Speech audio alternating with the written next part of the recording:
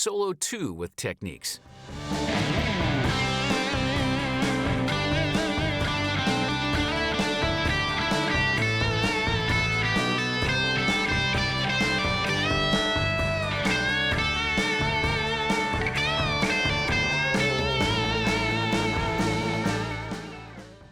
Now you'll add essential techniques to the second solo from this course. This solo also involves a lot of sequences, and as you'll notice, this ascending sequence works really well when combined with hammer-ons in certain positions. Now let's take a closer look at the solo, divided into sections.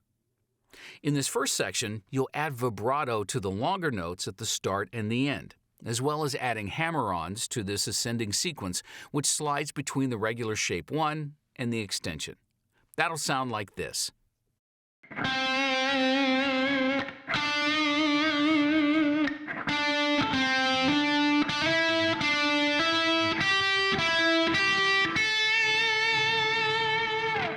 Just like before, the vibrato will add some extra flavor and feel to longer notes.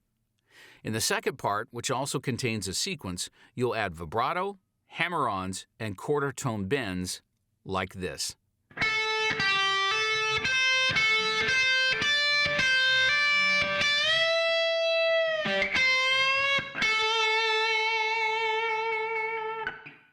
Just like in the previous sequence, we'll add some hammer-ons to make it more fluid and easier on your picking hand.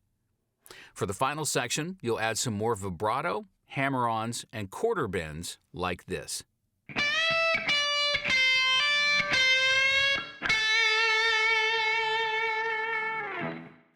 As you know, quarter tone bends are a great way to add some character to single notes. And remember that the note just has to change pitch. It doesn't have to be exactly a quarter tone above. Now let's play through the whole solo, paying attention to the essential techniques used.